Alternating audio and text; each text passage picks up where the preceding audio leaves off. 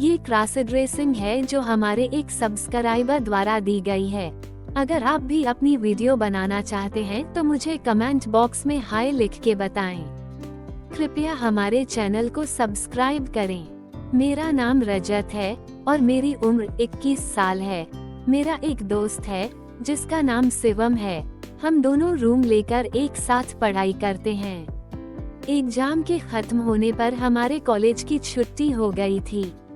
एक दिन की बात है, शिवम थोड़ा उदास होकर बैठा हुआ था। मैंने उससे पूछा, क्या बात है शिवम, क्यों उदास हो तुम?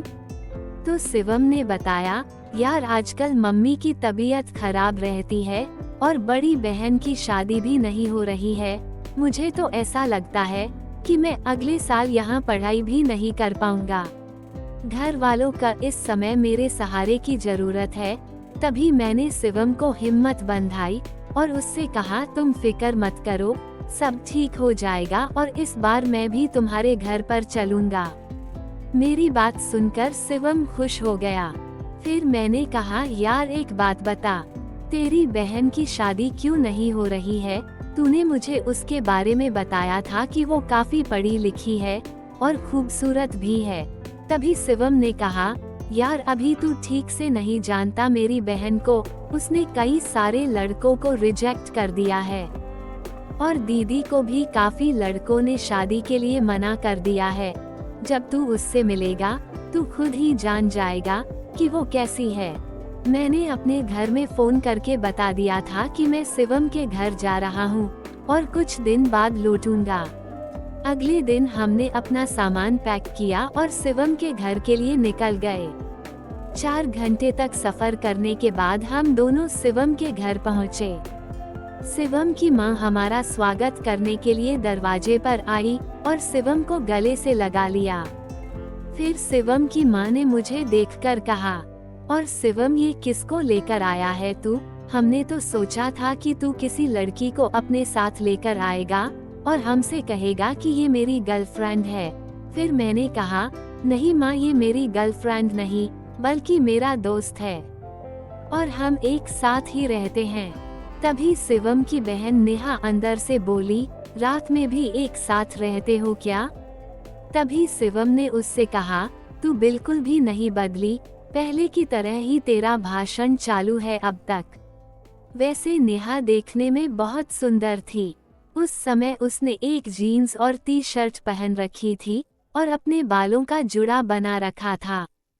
फिर शिवम की माँ ने मुझसे कहा, रजत बेटा, मुझे पता है कि तुमने मेरे बेटे के साथ रहकर उसकी काफी मदद की है और आज भी तुम उसकी मदद करने के लिए उसके साथ आए हो। तुम्हें यहाँ देखकर मुझे बहुत खुशी हो रही है। मैंने कहा, माँ जी आप चिंता मत कीजिए, अब मैं आ गया हूँ, अब सब ठीक हो जाएगा। और फिर शिवम की माँ ने मुझे अपने गले से लगा लिया।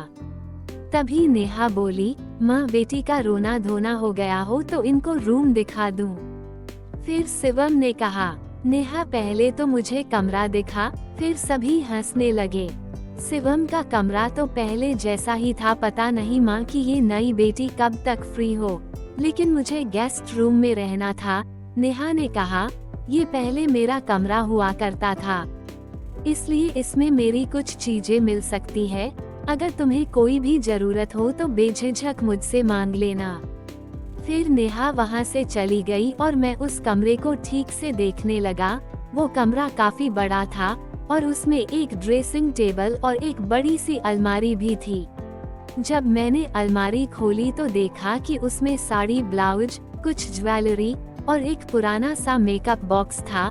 उन सामान को देखकर मैं सोच में पड़ गया कि जब नेहा पैंट शर्ट पहनती है तो फिर ये सब सामान किसका है। फिर मैंने वो अलमारी बंद कर दी और नहाने के लिए बाथरूम में गया और जल्दी से नहाकर कपड़े बदल लिए। तब तक शिवम भी नहा धोकर तैयार हो चुका था। शाम का समय हो रहा था और शिवम की माँ ने कॉफी बना ली थी और हम दोनों कॉफी पीने लगे। तभी नेहा एक जीन्स और टी-शर्ट पहनकर हमारे पास आई और शिवम से कहा, मुझे अपनी सहेली के घर पार्टी में जाना है, चलो मुझे स्कूटी से छोड़कर आ जाना। और फिर नेहा ने मुझसे कहा, रजत तुम भी चलो पार्टी में, वहाँ पर सिर्फ लड़कियाँ ही होंगी, तुम्हें बहुत मजा आएगा वहाँ। मैंने कहा मैं कोई लड़की थोड़ी ही हूँ। तभी नेहा बोली तुम चलो तो सही, तुम्हें भी लड़की बना देंगे। और इतना कहकर वो हंसने लगी। फिर शिवम नेहा को छोड़ने के लिए चला गया और मैं शिवम की माँ के पास बैठा रहा। तभी माँ जी ने कहा, देखा रजत बेटे, कैसे लड़कों की तरह कपड़े पहनकर पार्टी में गई है। अब तू ही बता, ऐसी लड़की से कौन शादी करेगा। मैंने कहा, माँ जी आप चिंता मत कीजिए, सब ठीक हो जाएगा और आप देखना, इस बार नेहा की शादी जरूर हो जाएगी। मेरी बात सुनकर माँ जी को कुछ राहत महसूस हुई और फिर मुझसे कहने लगी, तुझे पता है, मेरी भी इच्छा होती है कि मेरी बेटी साड़ी पहने, गहने पहने और एक भारतीय लड़की की तरह रहे, इसलिए मैं नेहा के लिए नई नई साड़ियाँ और गहने लाती रहती हूँ। लेकिन नेहा उन चीजों को पहनती ही नहीं है और सभी सामान को गेस्ट रूम में रख देती है। फिर मैंने कहा, माँ जी आप चिंता मत कीजिए, अब आपकी दूसरी बेटी आ गई है। और फिर हम दोनों हंसने लगे। शिवम के आने तक माँ जी ने खाना तैयार कर लिया था और जब शिवम आया तो हम खाना खाने लगे और खाना खाने के बाद हम टीवी में सीरियल देखने लगे। तभी शिवम ने कहा, माँ तुम हर समय ये रोने धोने वाले सीरियल क्यों देखती रहती हो, कोई न्यूज़ चैनल लगाओ ना। माँ जी ने कहा, मुझे ऐसे सीरियल पसंद है, इसमें सभी औरतें बहुत सुंदर कपड़े पहनती है और बहुत ही सज धज कर रहती है। शिवम ने कहा, मुझे पसंद नहीं ये औरतों के ड्रामे, तुम अपनी इस नई बेटी को ही दिखाओ ये सब। फिर मैंने कहा, माँ जी को जब ये सीरियल अच्छा लगता है तो देखने दो ना। तभी माँ जी ने कहा, कुछ सीख नालायक इससे, देख मेरी कितनी फिक्र करता है ये। फिर शिवम ने कहा, हाँ तुम्हें तो अब एक बहू जैसी बेटी मिल गई है, अब मेरी कदर क्यों करोगी तुम। फिर मैं और माँ जी हंसने लगे। इतने में ही नेहा वापस आ गई और हमें हंसता देखकर बोली, क्या बात है, आज तो माँ बेटी में बहुत हंसी मजाक हो रहा है। तभी मैंने कहा, मैं बेटी नहीं बेटा हूँ। फिर शिवम बोला, ये बेटी नहीं है बल्कि बहू है जो माँ की सेवा करने आई है। फिर नेहा बोली, और वाह, एक दिन में ही बहू भी ढूंढ ली, लेकिन ये कैसी बहू है जो सजना संवरना भी नहीं जानती। माँ कल अपनी बहू का 16 श्रृंगार करना, तब ये और भी सुंदर लगेगी। फिर सभी हंसने लगे। मुझे ये सब सुनकर बहुत अजीब लग रहा था। फिर मैं वहाँ से उठकर सोने चला गया। अगली सुबह जब मैं सोकर उठा तो मैंने देखा शिवम अभी तक सोया हुआ था और नेहा अपनी सहेली के घर किसी काम से गई हुई थी और माँ जी बैठी हुई कुछ सोच रही थी। फिर मैं माँ जी के पास गया और उनसे कहा, माँ जी आप इतनी टेंशन में क्यों हैं?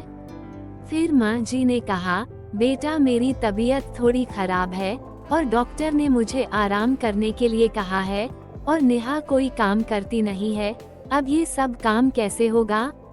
माँ जी की बात सुनकर मैंने कहा, बस इतनी सी बात, अब यहाँ आराम से बैठिए, मैं अभी सब काम कर देता हूँ। फिर मैं झाड़ू उठाई और पूरे घर की सफाई करने लगा। कुछ ही देर में सफाई करने के बाद मैंने सारे बर्तन धो दिए। फिर माँ जी ने कहा, रजत बेटा थोड़ा आराम कर ले, तू थक गया होगा। मैंने कहा, नहीं माँ जी मुझे आदत है। तभी माँ जी बोली, घर के काम करने की तुम्हें कब से आदत हो गई?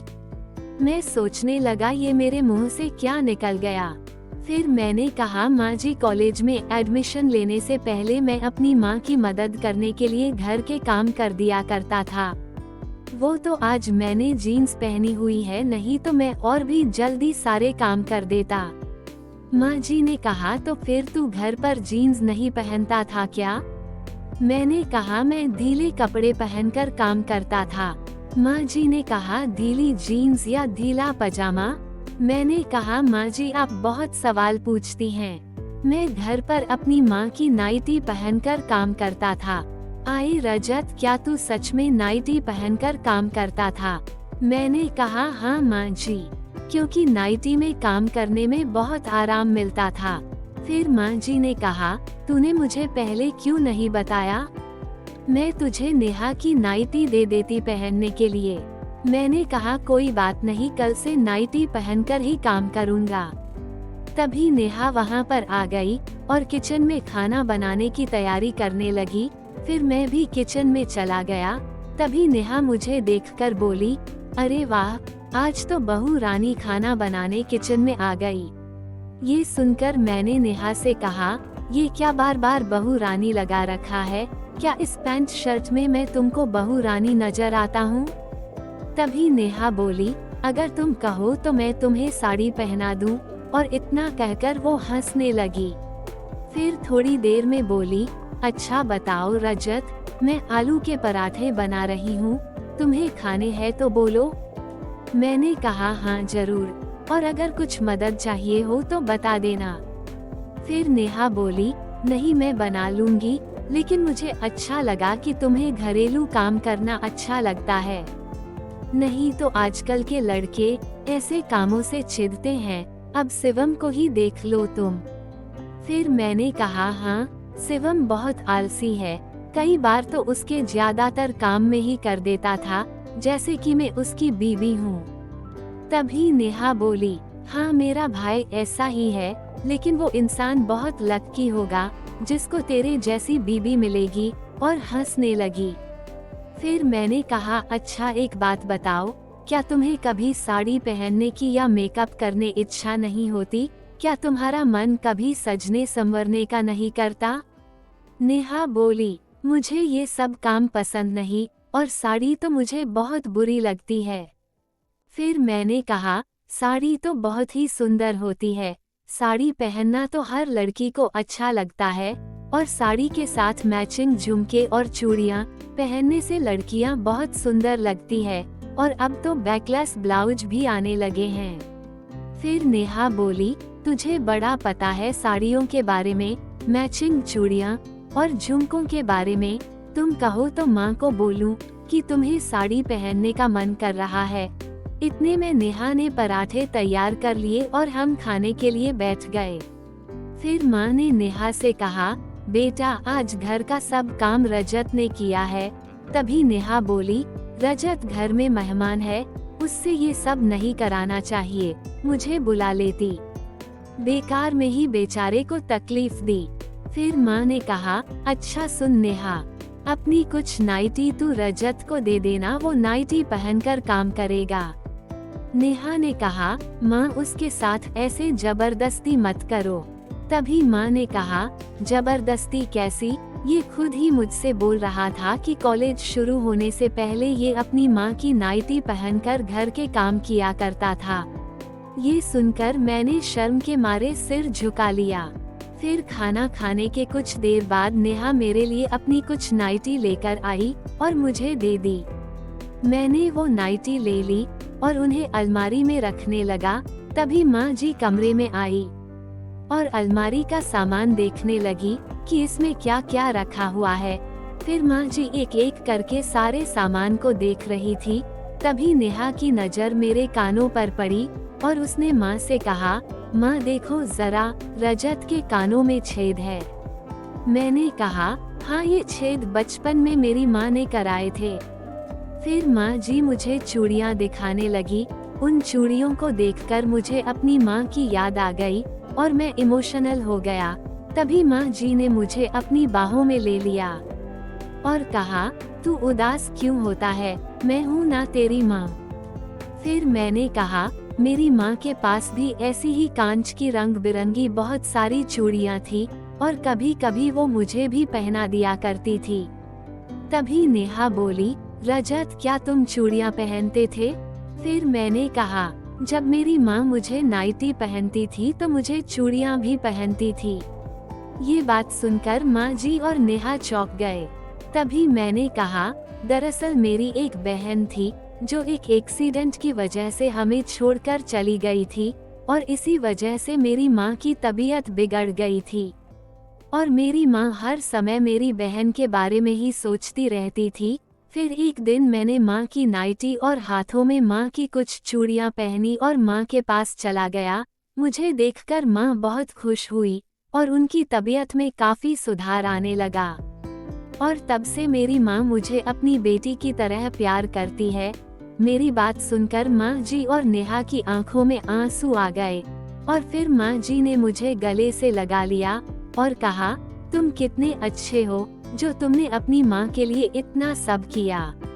फिर नेहा की माँ ने लाल रंग की चूड़ियाँ उठाई और मुझे पहनाने लगी और कहने लगी, इससे तुम्हें ऐसे लगेगा जैसे तुम्हारी माँ तुम्हारे पास है।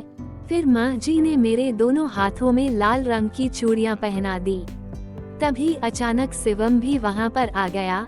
शिवम को देखते ही मैंने अपने हाथ पीछे कर लिए, लेकिन शिवम ने मेरे हाथों में चूड़ियाँ देख ली और कहने लगा, ओहो, तो सभी औरतें यहाँ पर सज संवर रही हैं। वैसे रजत के हाथों में ये चूड़ियाँ बहुत अच्छी लग रही हैं। लेकिन अगर इसने साड़ी और पहनी होती तो और भी मजा आ जाता। और इतना कहकर वो हंसने लगा। फिर माँ जी ने शिवम को मेरे बारे में सब बात बताई और फिर मुझसे बोली, तुम किसी बात की फिक्र मत करो और अपनी चूड़ियों का आनंद लो। फिर कुछ देर के बाद जब माँ जी ने सारा सामान रख दिया तो मैं उनको अपनी पहनी हुई चूड़ियाँ देने लगा। तो माँ जी बोली, आज से ये चूड़ियाँ तेरी है, तू अपने पास ही रख। उसके बाद हम सब सोने चले गए। फिर अगले दिन जब मैं सोकर उठा तो मैंने नहा धोकर नेहा की एक नाइटी पहन ली और अपने हाथों में कल की दी हुई चूड़ियाँ पहन ली। बहुत दिनों बाद आज मैंने नाइटी पहनी थी, मुझे काफी अच्छा लग रहा था। फिर मैं बाहर आया। मुझे देखते ही माँ जी ने कहा, आओ बहू, मैं तुम्हारा ही इंतजार कर रही थी, और मुझे लगे से लगा लिया। नेहा भी मुझे देखकर काफी खुश थी। फिर मैंने घर के सारे काम करने शुरू किए, घर में झाड़ू लगाई, बर्तन साफ किए और ये सब काम करते हुए मेरी चूड़ियाँ बार बार खनक रही थी और मुझे उन चूड़ियों की आवाज को सुनकर बहुत खुशी मिल रही थी। नेहा मुझे काम करते हुए देखकर बोली, आज तो तुम पूरी बहू बन गए हो। फिर मैंने नाश्ता बनाया और हम तीनों औरतें नाश्ता करने लगी। सारे काम खत्म करने के बाद भी जब मैंने नाइटी नहीं निकाली तो माँ जी समझ गई कि ये मुझे अच्छी लगने लगी है। नेहा और माँ जी मुझे देखकर मन ही मन में हंस रही थी। प्लीज मेरे चैनल को लाइक करो और सब्सक्राइब करो, बहुत मेहनत लगती है वीडियो बनाने में, और अपने क्रॉस ड्रेसर दोस्त के साथ शेयर करो। मैं आपके लिए नई वीडियो लाती रहूंगी, प्लीज सब्सक्राइब करें।